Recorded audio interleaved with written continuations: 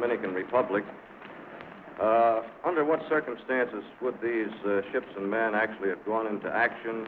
And is this an indication of policy in the hemisphere? Would U.S. forces be used to knock out any attempt by Castro, for instance, to overthrow an existing government? Well, the United States forces, which remained in international waters, were there because there was some feeling that steps might be taken in the Dominican Republic which would end any hope that a democratic solution could be achieved. Because events in the Dominican Republic proceeded in the way they did, the United States forces have been gradually withdrawn. And it's our hope that as a result of the conversations now going on in the Dominican Republic, that we can make progress towards achieving a kind of government which will permit the Dominican people to control their own destiny. En la República Dominicana, tras la caída de la dictadura de Trujillo, se instaló un gobierno presidido por un Consejo de Estado, integrado por 7 personas con atribuciones simultáneas de poder ejecutivo y poder legislativo. El 23 de septiembre de 1962, el Consejo de Estado, encabezado por el licenciado Rafael F. Bonelli, promulgó la ley número 6050, mediante la cual convocó a elecciones generales en todo el país para elegir presidente y vicepresidente de la República, senadores, diputados, síndicos y regidores. Por mandato de dicha ley, los diputados que resultasen electos se convertirían automáticamente en miembros de la Asamblea Revisora de la Constitución de la República, la cual debería iniciar sus labores 3 días después de que la Junta Central Electoral proclamara los ganadores. La fecha prevista para celebrar las elecciones fue el 20 de diciembre de 1962 y a la conquista de la presidencia de la República se presentaron 6 candidatos, de los cuales 2 concentraron en torno suyo la atención de la mayoría del electorado dominicano: Viriato Fiallo, por la Unión Cívica Nacional, y Juan Bosch, por el Partido Revolucionario Dominicano. Una de las fuerzas políticas más importantes del momento, el Movimiento Revolucionario 14 de Junio, integrado mayoritariamente por jóvenes antitrujillistas bajo la influencia de la Revolución Cubana y liderado por el doctor Manuel Aurelio Tavares Justo, decidió no participar en las elecciones. Gracias a su poder de persuasión y a la promesa electoral de introducir profundas reformas económicas y sociales en beneficio de los desposeídos, su candidatura creció significativamente hasta convertirse en la favorita del electorado. Ante el avance de la candidatura de Bosch, sectores conservadores y parte de la jerarquía católica iniciaron una campaña de descrédito en contra suya, acusándolo de comunista.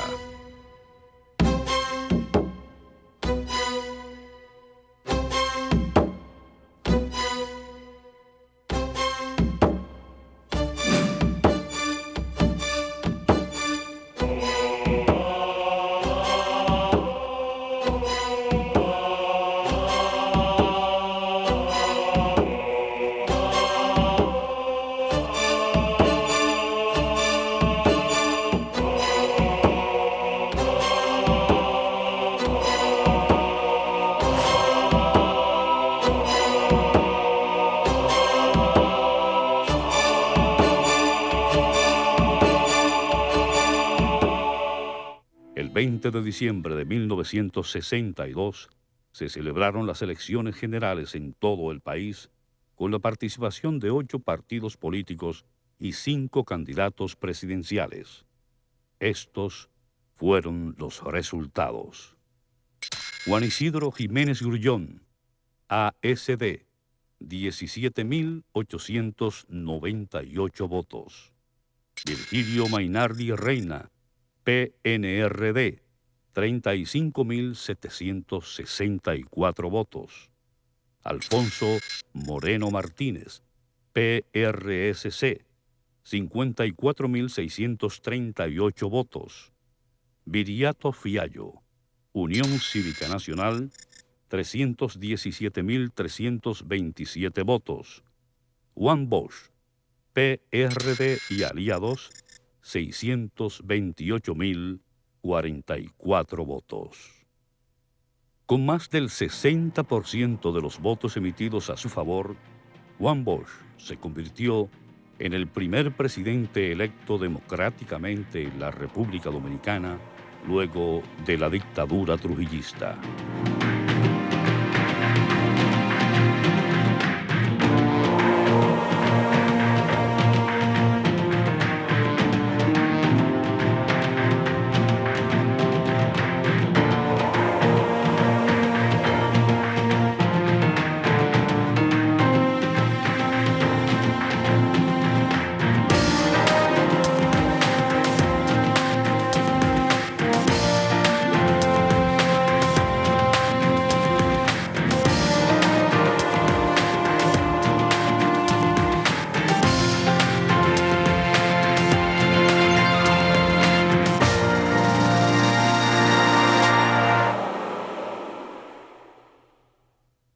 And while the blight of communism has been increasingly exposed and isolated in the Americas, liberty has scored again. The people of the Dominican Republic, with our firm encouragement and help, and those of our sister republics of this hemisphere, are safely passing through the treacherous course from dictatorship through disorder towards democracy. Tras su triunfo electoral, Juan Bosch salió del país el 23 de diciembre de 1962, dando inicio a una gira por Estados Unidos y Europa, con el propósito de buscar la cooperación internacional para los planes de desarrollo industrial que se había propuesto implementar cuando asumiera el gobierno. En Washington, el presidente John F. Kennedy recibió en la Casa Blanca al presidente electo dominicano el 10 de enero de 1963 y con él conversó durante 1 hora y 15 minutos. Can you tell us some of the things that Mr. Kennedy said to you at the meeting? Hablamos, entre otras cosas, de las empresas del Estado, las empresas que habían sido de la familia Trujillo. El presidente Kennedy me ofreció toda clase de ayuda técnica y de otro tipo para evitar que esas empresas fueran vendidas a particulares. Do you feel that American officials fully understand the situation in your country now? Yes, I think so. I think so, and I estimate the situation of the Dominican Republic as it is, as a case, a country in which must be demonstrated that democracy works. Democracy do things for the people. Is the political situation at home stable? Do you feel that it is? Yes, yes, it is. Yes.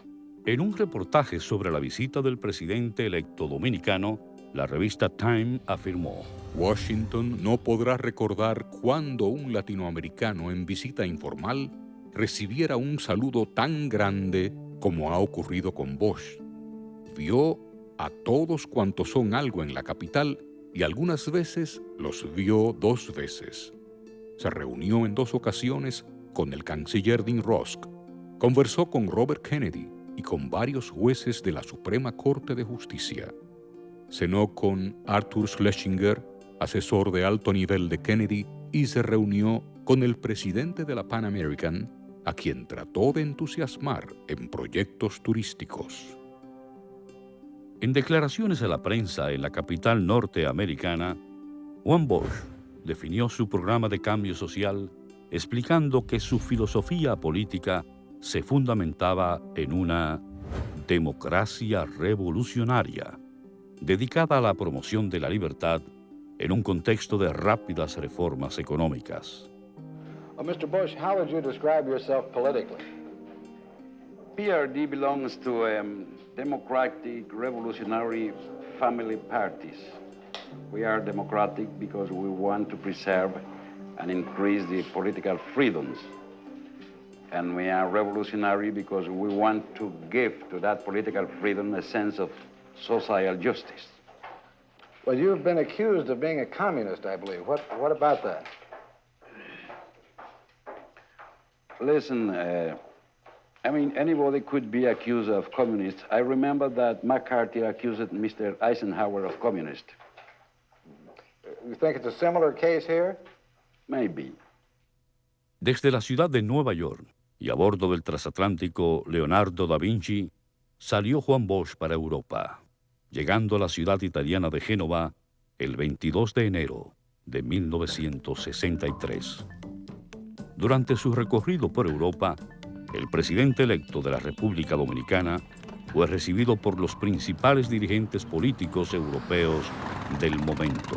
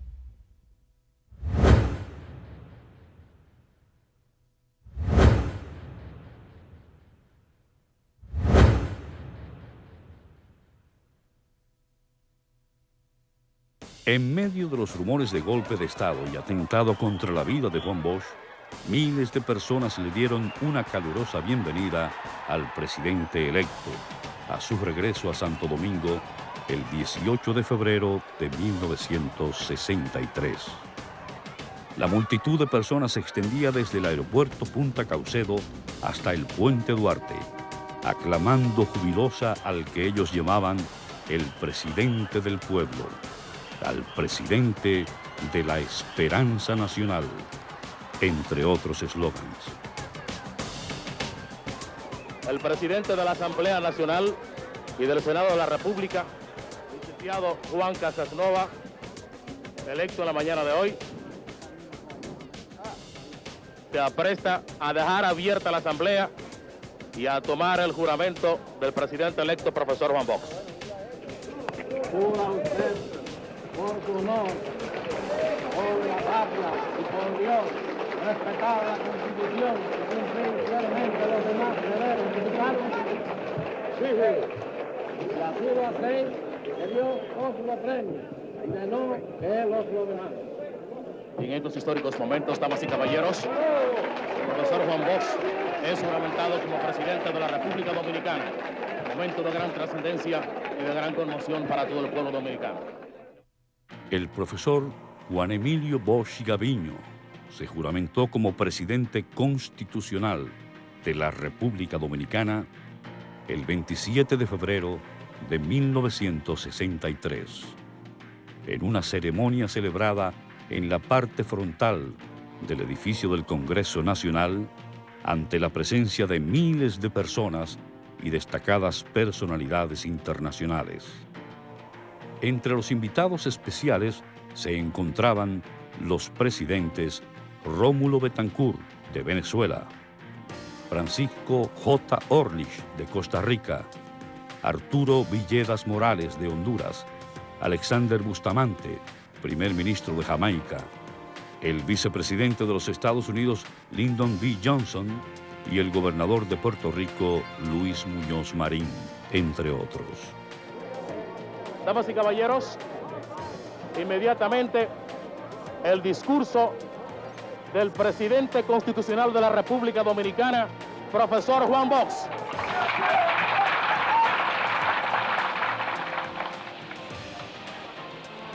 Como país americano, nos hallamos en el centro de la gran corriente revolucionaria que está sacudiendo al Nuevo Mundo.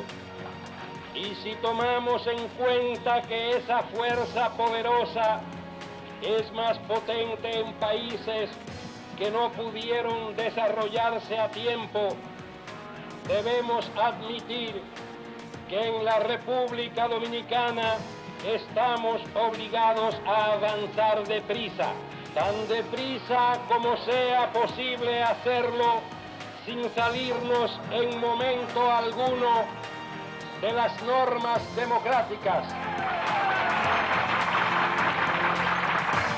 Y en nombre de ese pueblo que está aquí, frente a nosotros, solicitamos del Congreso Nacional las leyes indispensables para afirmar en este país no solo la democracia política, sino también la democracia económica y la justicia social.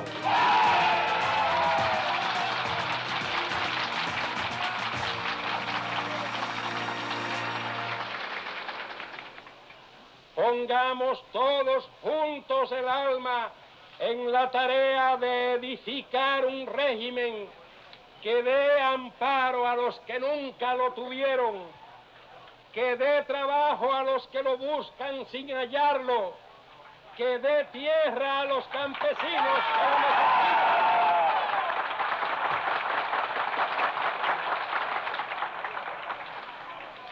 Que dé seguridad a los que aquí nacen y a todos los que erran por el mundo en pos de abrigo contra la miseria y la persecución.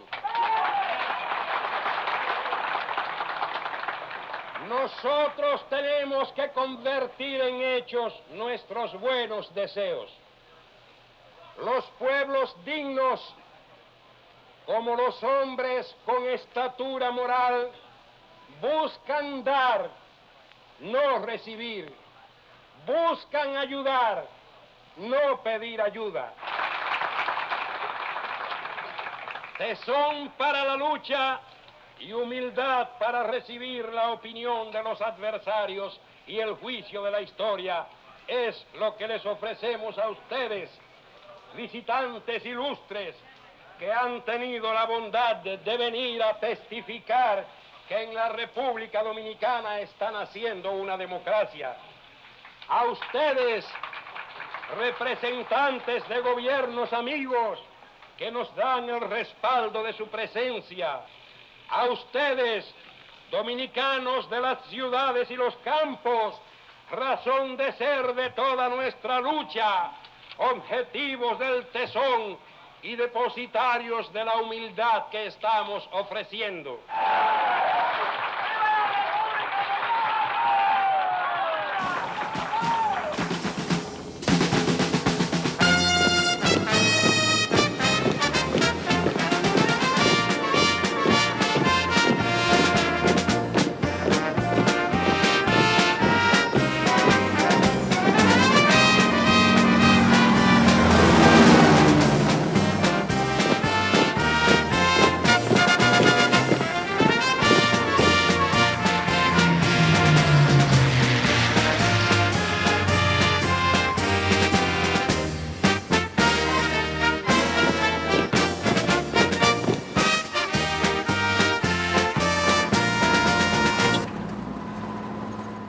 Al momento de jurar como presidente de la República, Juan Bosch contaba con 53 años de edad.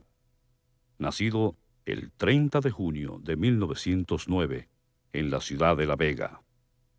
Sus padres fueron el español catalán José Bosch Subirachs, maestro constructor, y la puertorriqueña Ángela Caviño Costales. En 1923, con 14 años de edad, Juan Bosch llega a la ciudad de Santo Domingo, donde se emplea como dependiente en la Casa Lavandero de Ernesto Vitienes. 2 años más tarde, pasa a trabajar en la Casa Comercial de Ramón Corripio. Autodidacta, con definida vocación literaria, en 1933 publica su primer libro de cuentos, Camino Real, con el cual comienza a darse a conocer como escritor. Al año siguiente se casa con la joven Isabel García Aguiar, con quien tiene 2 hijos, León y Carolina. En 1936 publica la novela La Mañosa y 2 años después sale a Puerto Rico con su familia, dando inicio a un exilio que duraría 23 años. En La Habana, Cuba, se reúne con un grupo de exiliados dominicanos y a iniciativa del doctor Enrique Cotubanamá Enríquez, fundan el Partido Revolucionario Dominicano el 21 de enero de 1939 con el objetivo de luchar contra la dictadura de Trujillo desde el exilio. En el exilio su matrimonio termina y tiempo después conoce en La Habana a la cubana Carmen Quidielo, con quien se casa el 30 de junio de 1943, procreando 2 hijos, Patricio y Barbarita. Ahora, en 1963, Bosch llega a la presidencia de su país, luego de haber vencido múltiples obstáculos, personales y profesionales. Con fama internacional de buen escritor y de político exitoso. Un cable de prensa asociada, fechado en Nueva York, en esos días, publicado por el diario El Caribe, dice: el distinguido periodista que escribe sobre asuntos latinoamericanos para el Miami Herald, don Bonafede, considera que la elección de Bosch como presidente de la República Dominicana da a ese país un nuevo líder, a Latinoamérica una nueva democracia y a los liberales del hemisferio un nuevo héroe. Instalado ya en el Palacio Nacional y luego de conformar su equipo de colaboradores cercanos, el presidente Bosch centró su atención en los problemas económicos que afectaban al país. El gobierno del Consejo de Estado había elaborado y aprobado el presupuesto para el año de 1963 con un monto total de 176 millones, de los cuales encontró Bosch un déficit de 53.500.000 pesos, equivalente a un 30% del total presupuestado. A esto se agrega la ausencia de suficiente dinero en las arcas del Estado para pagarles a los empleados públicos su sueldo del siguiente mes de marzo. Ante esa situación, Bosch decretó una serie de medidas de austeridad para reducir el gasto en la administración pública y economizar recursos. Eliminó más de 170 puestos de la burocracia gubernamental, en su mayoría de las embajadas, consulados y oficinas del país en el exterior, e hizo esfuerzos por hacer eficiente el cobro de impuestos. En su declaración jurada de bienes, hecha antes de juramentarse, Bosch y su esposa hicieron constar que no poseen ninguna clase de bienes muebles, propiedad rural ni urbana, ni acciones de ninguna compañía, ni fondos en dinero u otra especie en la República Dominicana ni en el extranjero. El presidente vivía en una casa alquilada, con muebles adquiridos a crédito, pendientes de pago. Pese a vivir en una situación económicamente limitada, Bosch rebajó su sueldo como presidente de la República, así como el de los funcionarios de alto rango del gobierno. Algunos colaboradores cercanos del presidente imitaron su gesto de desprendimiento, de servicio a su país y de apoyo a la revolución democrática que comenzaba, como Diego Bordas, secretario de Estado de Industria y Comercio, quien recibía un sueldo simbólico de $1 mensual por sus funciones de secretario de Estado. Al igual que él, numerosos funcionarios y empleados del gobierno autorizaron descuentos a sus sueldos para que fueran destinados al programa de reforma agraria en beneficio de los campesinos sin tierra. Los planes de desarrollo del nuevo gobierno comenzaron de inmediato. En estas 3 semanas, el gobierno ha firmado ya documentos por valor de $202.250.000. Y estamos empezando porque eso no es todo. Estamos empezando. Ayer me informó un compañero del gobierno de que en Nueva York se están comprando los pesos dominicanos. Claro, le respondimos inmediatamente, porque en Nueva York saben que los pesos dominicanos van a subir. Los están comprando desde ahora para dentro de unos meses venderlo a la par con el dólar, es decir, a dólar cada peso. Y quién sabe si hasta un poquito más, porque nosotros podemos llevar nuestra moneda a valer un poquito más que el dólar si sabemos actuar de una manera ecuánime y recta. Así pues, la confianza en el porvenir del país está clara.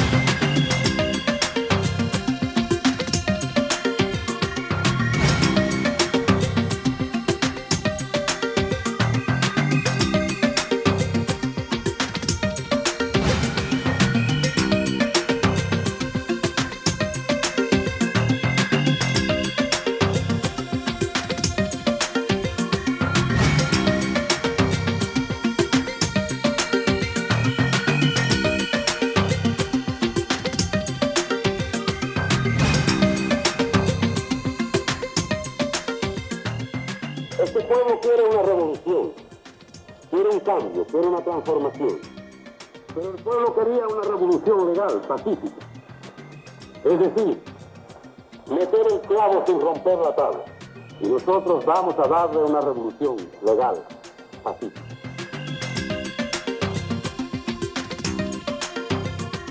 La compañía norteamericana ESO Standard Oil había firmado un contrato con el gobierno del Consejo de Estado, mediante el cual se le otorgaban facilidades para instalar una refinería de petróleo y sus derivados en la República Dominicana. El gobierno consideró lesivo al interés nacional los términos de ese contrato y a mediados de marzo fue rescindido por iniciativa del presidente Bosch. La situación de ese contrato fue uno de los temas de la conversación que sostuvieron el presidente Kennedy y el entonces presidente electo Juan Bosch. El presidente norteamericano le manifestó a Bosch su preocupación por los efectos dañinos de la posible cancelación del contrato con la Standard Oil sobre futuras inversiones privadas procedentes de los Estados Unidos. Mientras grupos oligárquicos se oponían a la nueva Constitución, amplios sectores populares la apoyaban. En un comunicado publicado en la prensa, más de 20 organizaciones profesionales, sindicatos obreros y organizaciones populares manifestaron su apoyo a la nueva Constitución. La Constitución establecía una serie de reformas sociales y principios constitucionales que perseguían afianzar la justicia social en la República Dominicana. Estableció como finalidad de los poderes públicos proteger la dignidad humana y promover y garantizar su respeto. Propender a la eliminación de obstáculos de orden económico y social que limiten la igualdad y la libertad de los dominicanos y se opongan al desarrollo de la personalidad humana y a la efectiva participación de todos en la organización política, económica y social del país. Prohibió el latifundio en manos de particulares y el monopolio en las actividades comerciales. Estableció la obligatoriedad de las empresas de distribuir parte de sus ganancias entre los trabajadores. Declaró libre la organización sindical y la libertad de trabajo. Consignó la creación del paredón moral a los culpables de corrupción y o sustracción de los bienes del Estado y la igualdad de derechos para hijos legítimos y naturales. Garantizó la libertad de enseñanza y proclamó la ciencia como fundamento básico de la educación, entre muchos otros mandatos. Luego de encendidos debates, discusiones y presiones, la nueva Constitución de la República Dominicana fue finalmente aprobada con 176 artículos y 2 disposiciones transitorias. Según especialistas en la materia, era la Constitución más democrática y la de más alto contenido social y humano que había tenido el país. Fue proclamada en un acto solemne el 29 de abril de 1963 en el Palacio del Congreso Nacional. Al acto asistió el presidente Bosch, el cuerpo diplomático y consular, así como representantes de los partidos políticos y de diferentes instituciones. Nosotros, los legítimos representantes del pueblo dominicano, actuando de conformidad con el mandato que nos fue conferido en los comicios populares del 20 de diciembre de 1962, formalmente proclamamos la vigencia de la Constitución de la República y declaramos solemnemente que la Constitución así redactada es la ley suprema de la República Dominicana. En Santo Domingo, capital de la República Dominicana, hoy día 29 del mes de abril del año 1963. El gobierno, mediante decreto, declaró ese día de regocijo nacional para que todo el pueblo celebrara tan memorable ocasión, resultado de sus afanes democráticos.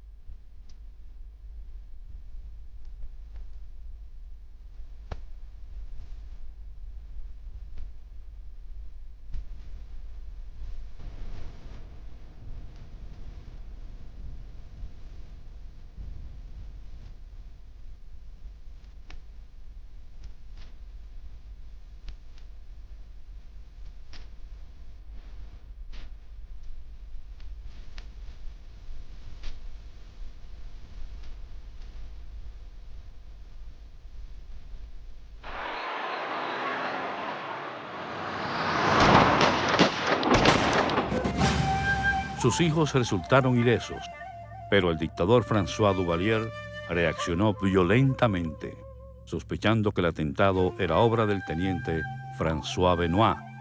El mismo día del acontecimiento es asesinada parte de su familia y su casa quemada.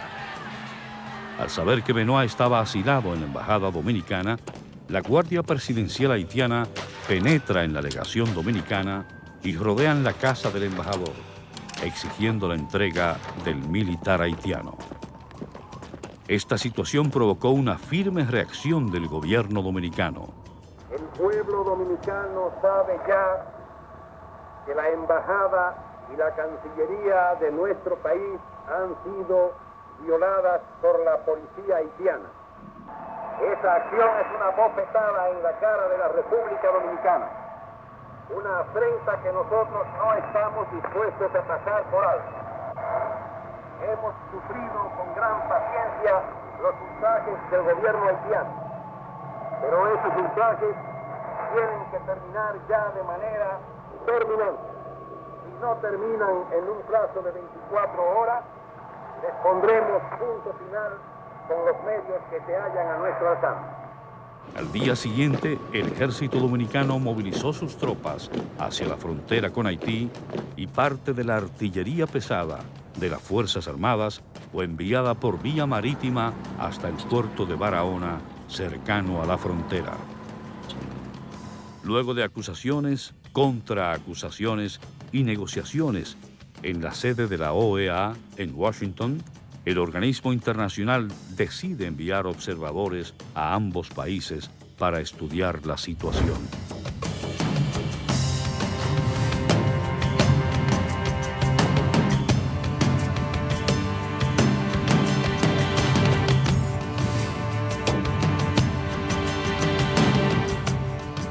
crisis con Haití siguió debatiéndose en los organismos internacionales, mientras en la frontera entre ambos países siguieron produciéndose incidentes durante todo el gobierno de Bosch. La industria azucarera era la principal fuente de ingresos de la República Dominicana para esos años. El azúcar, luego de varios años de precios bajos, comenzó a subir de precio en el mercado internacional. En 1960, el precio por tonelada métrica del azúcar era de $80 y para 1963 había subido a $136 y se estimaba que seguiría subiendo. El gobierno de Bosch promulgó la ley número 23 de precio tope del azúcar, que establecía un impuesto al excedente producido por la venta del azúcar dominicano en el extranjero a partir de un precio tope establecido por dicha ley para ese año. La ley establecía además que de los recursos generados por este impuesto, el 75% sería invertido en construcciones en comunidades de zonas cañeras, acueductos y hospitales rurales en esa y otras zonas. El 15% en la construcción de caminos vecinales y el 10% en la difusión de la cultura popular. Esta ley provocó la protesta de los propietarios de ingenios azucareros nacionales y extranjeros. En un artículo publicado en El Caribe, Felipe J. Vicini Cabral, miembro de una familia propietaria de varios ingenios, analizó el impacto negativo de la ley en la industria azucarera e hizo una serie de recomendaciones que, de no tomarse, dijo, los ingenios se verán imposibilitados de seguir operando, lo que significa que decenas de miles de trabajadores quedarán sin empleo y las entradas de divisas al país se reducirían en un 50%. El Central Romana, de capital norteamericano, protestó a su manera y fue acusado públicamente por el presidente Bosch de conspirar contra su gobierno. Cuanto más suba el azúcar, más grande va a ser la campaña de que nosotros somos comunistas, porque es necesario tumbar a este gobierno para poder cargar con los millones del beneficio del azúcar. Ahí es donde está la razón de la acusación de que somos comunistas. Poder coger 20 o 25 millones de pesos más. Pero quiero desde esta noche que se sepa que si tumban este gobierno es para eso, para cobrar el dinero de los precios excesivos del azúcar. Otras dos leyes provocaron el enojo de los sectores económicamente más poderosos del país, la de plusvalía y la nueva ley de confiscaciones. La ley de plusvalía establecía un impuesto a las propiedades de particulares que aumentaran su valor como consecuencia de la construcción en su cercanía de una obra del Estado. La nueva ley de confiscaciones modificaba la ya existente y autorizaba la confiscación en beneficio del Estado de los bienes que se demostrara habían sido adquiridos de forma irregular, mediante fraude, extorsión o cualquier otra forma de corrupción. Al llegar Bosch a la presidencia, el gobierno tenía bajo su control y administración 10 ingenios azucareros y 33 empresas dedicadas a diferentes actividades, las cuales habían sido confiscadas por el Consejo de Estado por haber pertenecido al dictador Rafael Leónidas Trujillo, sus familiares y o sus asociados y testaferros. Entre estas empresas se encontraban Atlas Comercial, Fábrica Dominicana de Cemento, Fábrica Dominicana de Pinturas Pidoca, Molinos Dominicanos, Periódico La Nación, Sociedad Industrial Dominicana, La Manicera, entre muchas otras.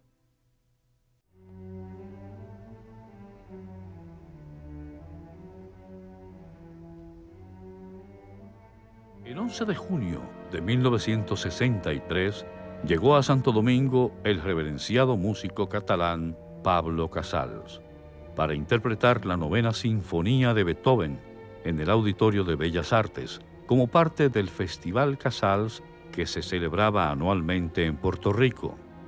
La parte instrumental estaba cubierta por la gran orquesta del festival junto a 120 voces y 4 destacados solistas del coro de Cleveland.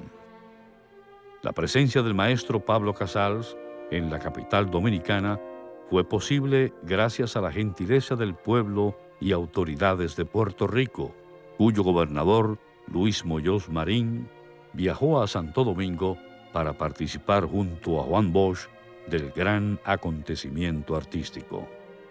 Al pisar suelo dominicano, Pablo Casals dijo: «Me siento feliz de venir a República Dominicana y alegre de que este gran pueblo haya obtenido su libertad». El presidente Bosch, al referirse a la presentación de Casals, dijo: Casals no solo es uno de los más grandes celistas de la historia de la música, sino además un apóstol de la libertad. Don Pablo Casals es una de las grandes figuras vivas de la humanidad, un hombre que está entre los 10 nombres más prestigiosos del mundo actualmente. Un país como el nuestro, que se ha conocido en el extranjero debido a la existencia de tiranos o de luchas políticas, al figurar ahora en el itinerario del arte universal del maestro Casals, da un salto de superación verdaderamente enaltecedor. Cientos de personas abarrotaron el Palacio de Bellas Artes de Santo Domingo esa noche de primavera y cientos de miles de dominicanos disfrutaron del magno evento artístico gracias a la transmisión en vivo que se hizo del mismo por radio y televisión.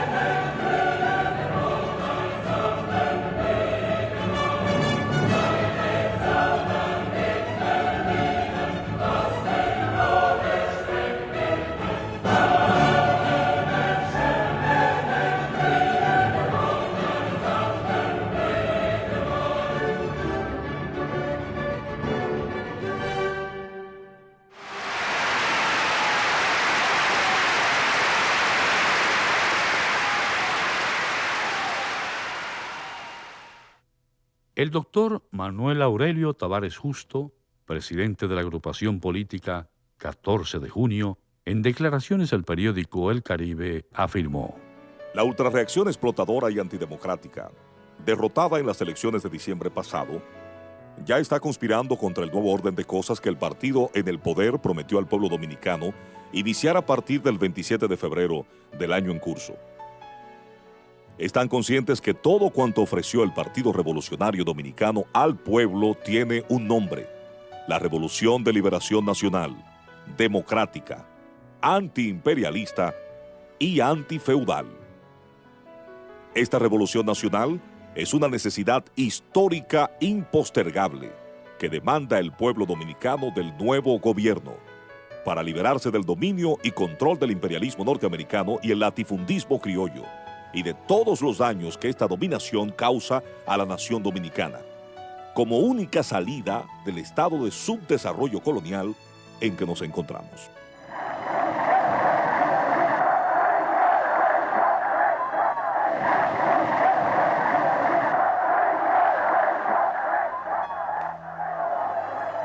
Óiganlo bien, señores de la reacción.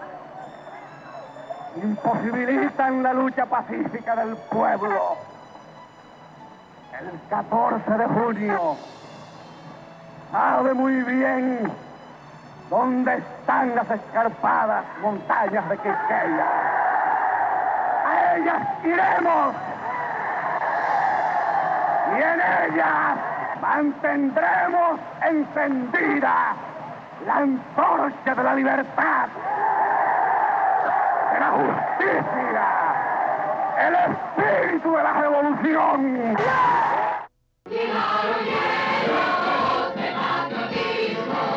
Enamorados de un pueblo liberal, y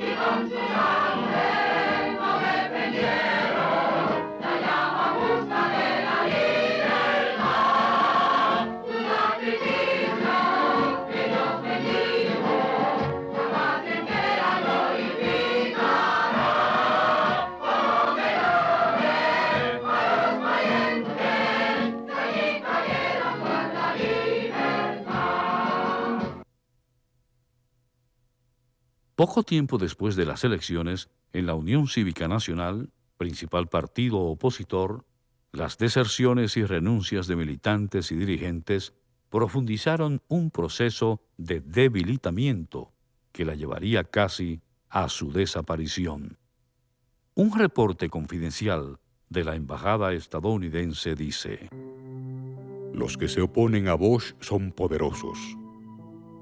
Estos incluyen hombres de negocios, las viejas familias oligarcas, importantes sectores de la Iglesia Católica y algunos militares.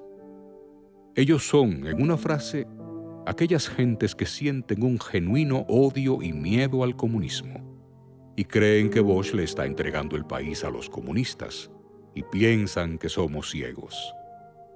Lo que inquieta es que esta oposición no tiene canal político, por lo tanto, hablan cada vez más de un golpe militar. Well, I think it is the consensus of the hemisphere that communism is a threat, that it's sustained and supported by alien forces, that it has no place in the inter-American system, and that we are against dictatorships of the right and left. And now that the Dominican Republic is moving from a dictatorship of the right, we are hopeful that there will be the voice of the hemisphere will speak against dictatorships of the left, which are sustained and supported from outside the hemisphere. Yo creo que donde hay democracia verdadera, no se le debe temer al comunismo. Sometimes we think that being so neighbor of Cuba, we are in a danger, but sometimes we think that Cuba was, before Castro, not so near of Russia, and Cuba became communist. I think that a doctrine as a communism is always near of us if we are, as we are in Latin American peoples where democracy has not worked. Sobre la oligarquía dominicana, el embajador Bartlow Martin escribió: En la República Dominicana, si uno la conoce bien, las cosas no son tan fáciles. La oligarquía de este país consta tal vez de una veintena de familias relacionadas entre sí. Han dirigido la República proporcionando los presidentes y generales de esta. Han dominado las finanzas y los negocios durante más de 100 años. Sus fortunas se basan en la tierra, el azúcar, el tabaco y el ron, en el ganado y el arroz, el café y el cacao, en el comercio y las finanzas. Están tan entremezclados por el matrimonio y las relaciones de sus antepasados que solo ellos pueden explicar sus lazos de unión. Sus ramificaciones llegan a todas partes, pero el verdadero cogollo de la oligarquía lo constituyen unas pocas familias, y dentro de cada familia o complejo familiar suele ser un hombre, por lo general no una gran figura pública, el que ayuda a todos los otros a tomar una determinación cuando las cosas se ponen serias de verdad. Así, el joven Juan Vicini se encargaba de los ingenios y el joven Donald Reed Cabral era miembro del Consejo de Estado, y su tío Marco Cabral era probablemente el abogado más importante de Santiago, y el joven Manuel Tavares era un funcionario del gabinete del Consejo de Estado. Pero el verdadero jefe del complejo familiar era un caballero tranquilo, bien parecido, muy cortés, y al que rara vez se le veía en público: José María Cabral. Los miembros de la oligarquía viven extremadamente bien, aunque por lo general sin ostentación. Es probable que desprecien a los militares, considerándolos campesinos armados, y a los políticos como ambiciosos de poco fiar. Odiaban a Trujillo, carnicero inculto que había jurado terminar con su poder, aunque no lo consiguió. Son humanitarios y paternalistas. Saben que si no dan algo al pobre, lo perderán todo, tal vez incluso sus vidas, y por tanto, como tienen mucho, tienen suficiente sentido práctico para entregar un poco. A principios de julio, el presidente Bosch fue convocado por altos oficiales de las Fuerzas Armadas a una reunión en la base aérea de San Isidro, donde los militares le manifestaron su preocupación por lo que ellos consideraban el avance del comunismo en la República Dominicana. Esta reunión generó una ola de rumores que daba cuenta de un inminente golpe de Estado contra el gobierno constitucional. Ante esa situación, amplios sectores de la población manifestaron su apoyo al gobierno y su condena a un posible golpe militar, mediante decenas de pronunciamientos públicos y espacios pagados en la prensa.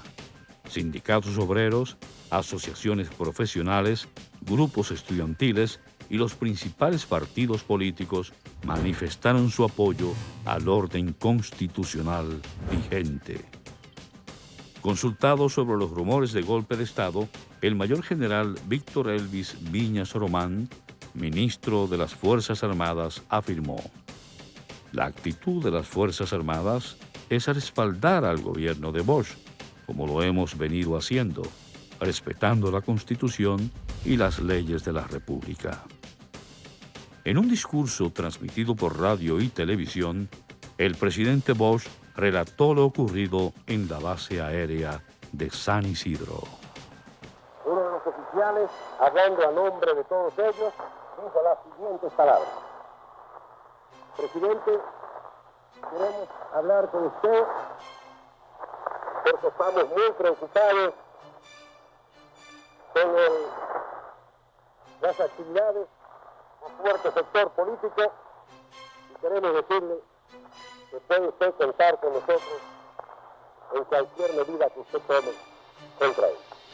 Yo me senté y les expliqué a los militares lo siguiente: un gobierno democrático no puede ser democrático para unos sectores y dictatorial para otros. Ustedes, les dije, han dejado de ser en este momento militares a políticos y se han convertido en políticos. No puede haber democracia con militares políticos, con militares que deliberen. Los militares, de acuerdo con la Constitución, tienen una solución muy concreta. No pueden opinar políticamente, y como ustedes han dejado de ser militares para ser políticos en este momento, temo que algún grupo de oficiales guiados por políticos se presenten en el Palacio Nacional a sacarme de allí. Y el día que eso ocurra, también va a haber oficiales del ejército que saldrán a defender el gobierno constitucional y habrá lucha entre las Fuerzas Armadas y habrá sangre. Y yo no he vuelto aquí a derramar sangre. De acuerdo con los informes que tengo, el líder de ese grupo era el mayor Aché. Y hoy mismo he pedido al ministro de las Fuerzas Armadas y al general Luna la cancelación del mayor Aché. Y el autor político de esa intriga que pudo ser y desgraciadamente puede ser el principio de una era de sangre entre hermanos y sobre todo entre los propios miembros de las Fuerzas Armadas, el autor político fue un sacerdote político, capellán de la aviación, que se llama Marcial Silva, y he pedido la cancelación de ese mal capellán. La campaña de comunista que comenzó el sacerdote Lántico García, esa campaña ahora ha madurado. Ahora no tiene que ser comunista, sino que le estoy entregando los comunistas al país. Es decir, que están buscando pretextos. Si aquí no hubiera un solo comunista, se acusaría al gobierno de trujillista y de estar entregando el poder a los trujillistas. En la prensa estadounidense también comenzaron a atacar al gobierno de Bosch. Bernard B. Collier, corresponsal para América Latina del periódico The New York Herald Tribune, en un artículo publicado a principios de agosto y reproducido por el Listín Diario, afirmó: El primer presidente electo libremente en la República Dominicana en 40 años, posiblemente será arrojado del poder dentro de poco. La tímida esperanza que se tenía al tomar el poder el pasado marzo de que conduciría a su país por la democracia se ha vuelto dudosa. El presidente está encarando un montón de problemas sociales, políticos y económicos que parecen ser muchos para ser solucionados por un solo hombre. Esta situación se ha agravado debido a la personalidad un tanto difícil del presidente. Un diplomático europeo lo describe como un hombre testarudo y dogmático que no oye consejos de nadie. El errático y egocéntrico presidente de 53 años y de cabeza blanca está preocupando hasta a sus colaboradores. Asediado por la rápida proliferación de las organizaciones comunistas de agitación por la izquierda y bajo el constante fuego de la extrema derecha, de los hombres de negocios y de los antiguos colaboradores de Trujillo, el presidente Bosch, un intelectual de mentalidad reformista, se ve obligado a dedicar la mayor parte del tiempo a mantenerse en el poder, en detrimento del tiempo que desea dedicar a poner en pie a ese agitado país del Caribe. Sobre el temperamento de Bosch, el embajador norteamericano en Santo Domingo, John Bartlow Martin, escribió: Tratar con Bosch puede ser muy difícil. Es tortuoso, dado por naturaleza a disfrazar y ocultar sus motivos reales. Es vanidoso. Casi siempre rehúsa admitir error o debilidad. Es sensible y se le antagoniza fácilmente ante una actitud demasiado fuerte o cuando considera que se le presiona. No le gusta que se le contradiga o que se le discuta, pero puede ser susceptible a sugerencias indirectas si piensa que vienen de un amigo. Bosch es orgulloso. Aunque sería incorrecto llamarlo antiamericano, sería correcto decir que no puede aceptar dominación, ni siquiera competencia extranjera o local. Instintivamente destruye gente a su alrededor cuando se hacen demasiado fuertes. Hasta hace muy poco ignoró al PRD, que lo eligió, al menos en parte, porque no puede aceptar ningún centro de fuerza rival. Considera que él ganó las elecciones, no el PRD. Hace viajes al interior, de un lugar a otro. Al acompañarlo la semana pasada, pude notar cómo esto alimenta su ego. Había multitudes grandes a todo lo largo del camino, en los cruces, delante de las casas, a los lados de la carretera, y todos saludaban a Bosch. Me dijo en esa ocasión: ¿ve usted? Para ellos no soy el presidente, soy Juan Bosch. No puede considerarse simple vanidad.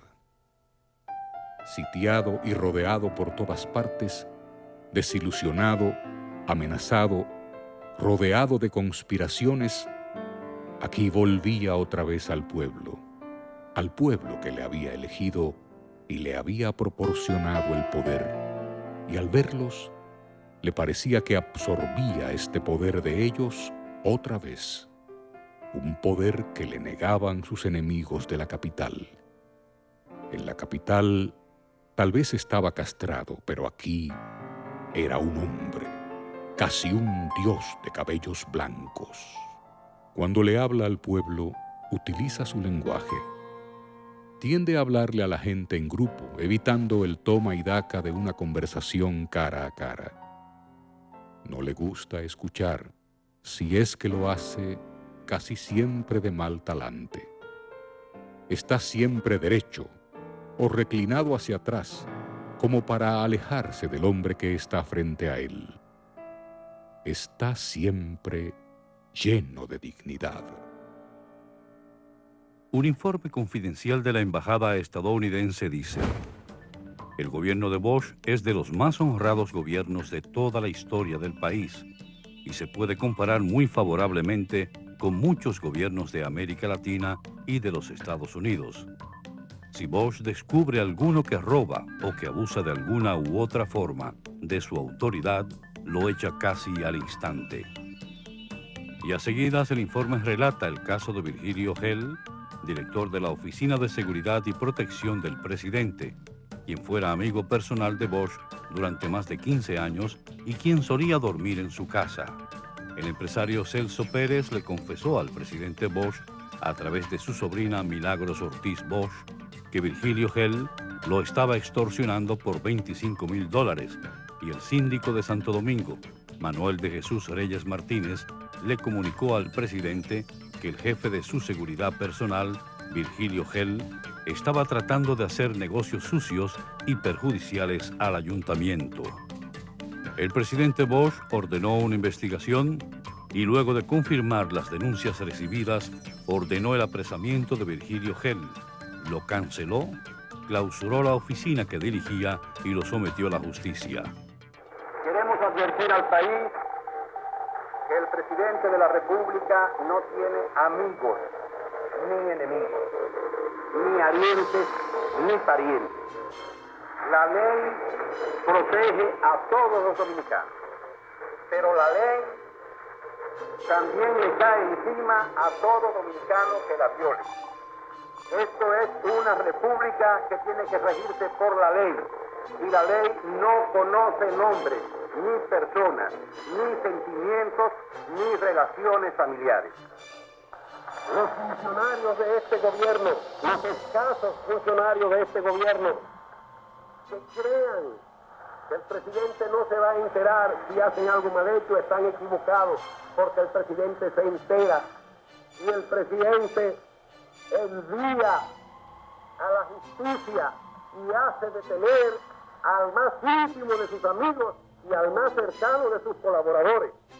Me duele hacerlo, pero tengo que hacerlo para preservar la democracia en este país y para conservar mi dignidad y mi honor.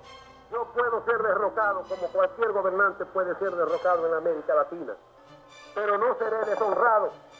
Cuando salga del poder tendrán que reconocer mi honestidad. Este gobierno en ningún caso ordenará, ni protegerá, ni encubrirá una inmoralidad, una maldad o un crimen. Luego del fracaso de la invasión de Bahía de Cochinos o Playa Girón, organizada por el gobierno norteamericano contra el gobierno de Cuba, el presidente Kennedy prestó especial atención a los ejércitos latinoamericanos, destinando fondos especiales para entrenamiento contra insurgencia y creando un cuerpo especial dentro del ejército norteamericano especializado en lucha contra guerrillas.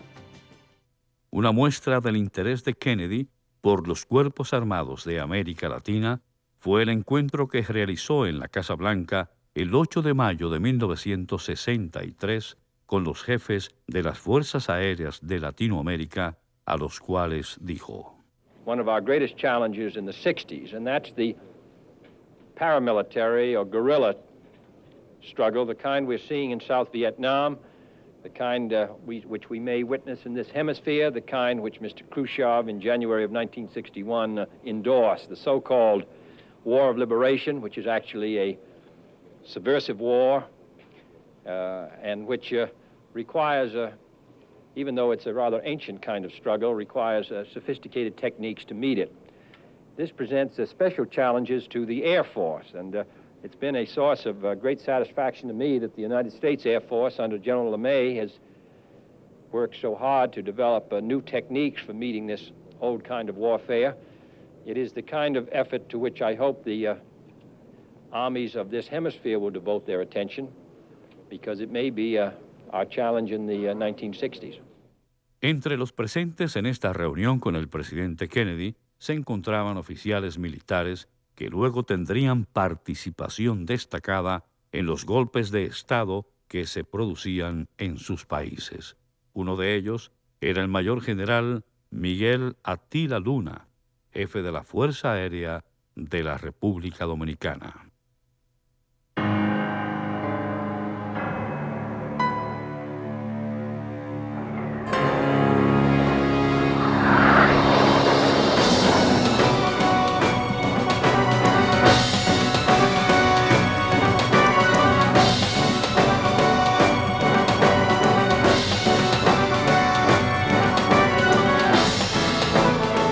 Political and the military spheres.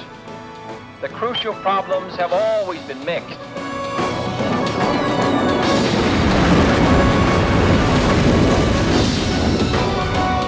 And military leaders, for their part, have had to recognize all the important military problems are political problems also.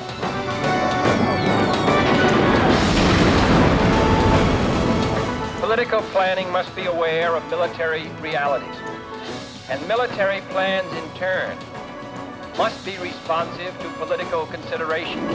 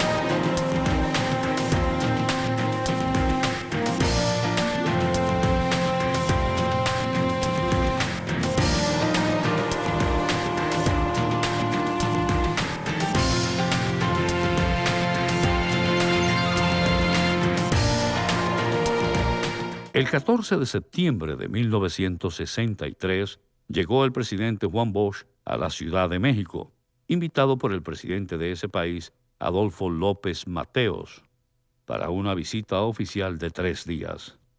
En su discurso de bienvenida al presidente dominicano, López Mateos afirmó: Le recibimos, señor presidente Bosch, con abierta cordialidad, como representante de un país con el que, habiendo mantenido habituales relaciones de amistad, nos merece ahora una consideración preferente, estimulada por la coincidencia de nobles y urgentes afanes por cumplir a favor de una mejor convivencia americana. Confiamos en que ahora, cuando el pueblo dominicano ha entrado en una saludable etapa de renovación social y política, la visita de usted a México marcará el inicio de un fecundo acercamiento y colaboración entre nuestros pueblos y gobiernos. Al responder el discurso de bienvenida de su anfitrión, Juan Bosch afirmó: Para los que han procurado afirmar en América un estado de libertades públicas sustanciado por la justicia social, entrar a México es entrar en el hogar de sus mayores. Los padres de la Revolución Democrática Latinoamericana son Madero y Zapata, y los cientos de millares de hombres del pueblo cuyas vidas ardieron en el incendio de 1910. Y mi patria, señor presidente, está iluminada todavía por el resplandor de ese incendio.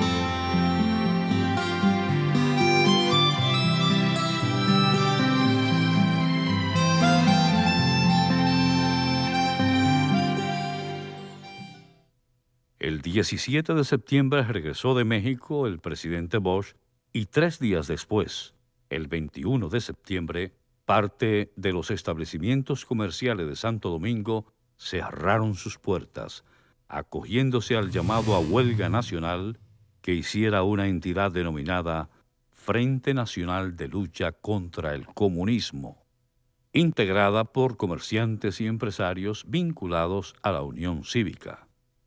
2 días antes de iniciada la huelga, llegó al puerto de Santo Domingo el destructor de la Marina estadounidense USS Meredith para una visita de varios días. Su tripulación estaba integrada por 16 oficiales de Marina y 230 guardiamarinas.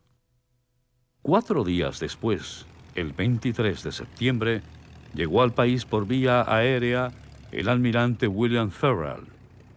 Era la segunda visita del almirante Ferrell a Santo Domingo en menos de un año. La noche del 24 de septiembre se le ofreció una recepción en el Club de Oficiales de las Fuerzas Armadas, a la cual asistió el presidente Bush, el secretario de las Fuerzas Armadas y el jefe de la Marina de Guerra. Terminada la recepción, el presidente Bush se dirigió al Palacio Nacional, donde sostendría una reunión con los jefes militares de las diferentes ramas de las Fuerzas Armadas.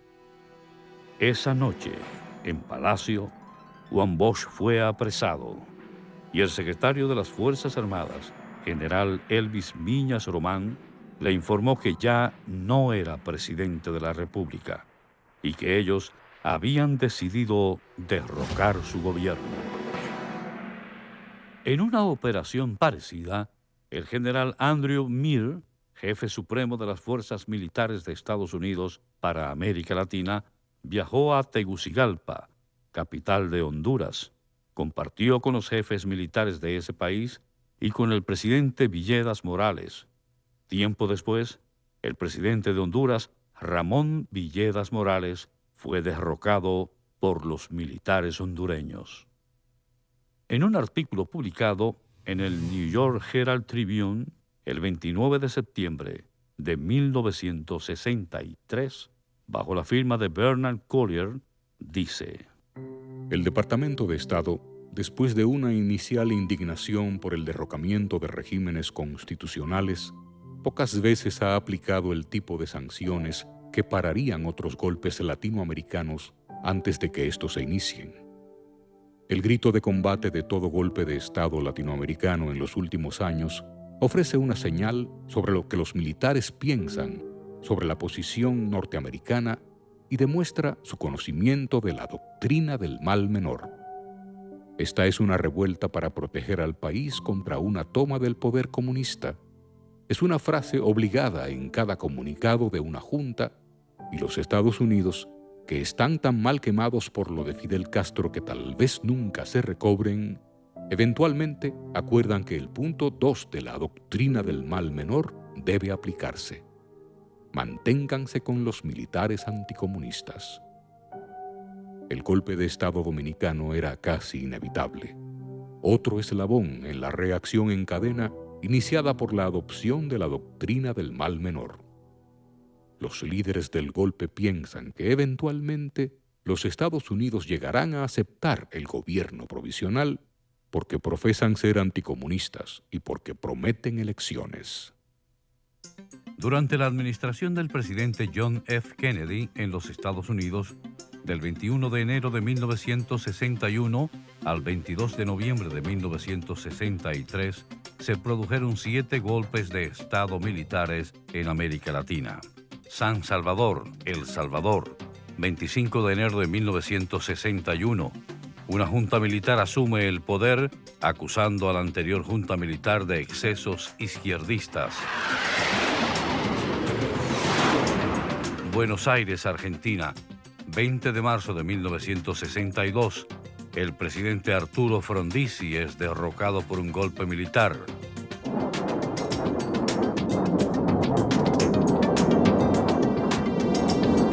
Lima, Perú, 18 de julio de 1962.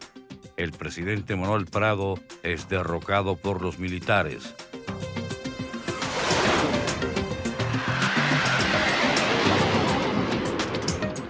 Guatemala, 30 de marzo de 1963, el gobierno de Miguel Idígoras Fuentes es derrocado por un golpe militar.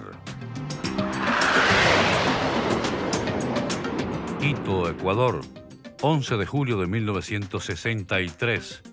El ejército ecuatoriano derroca al presidente Carlos Julio Arosemena e instala una junta militar.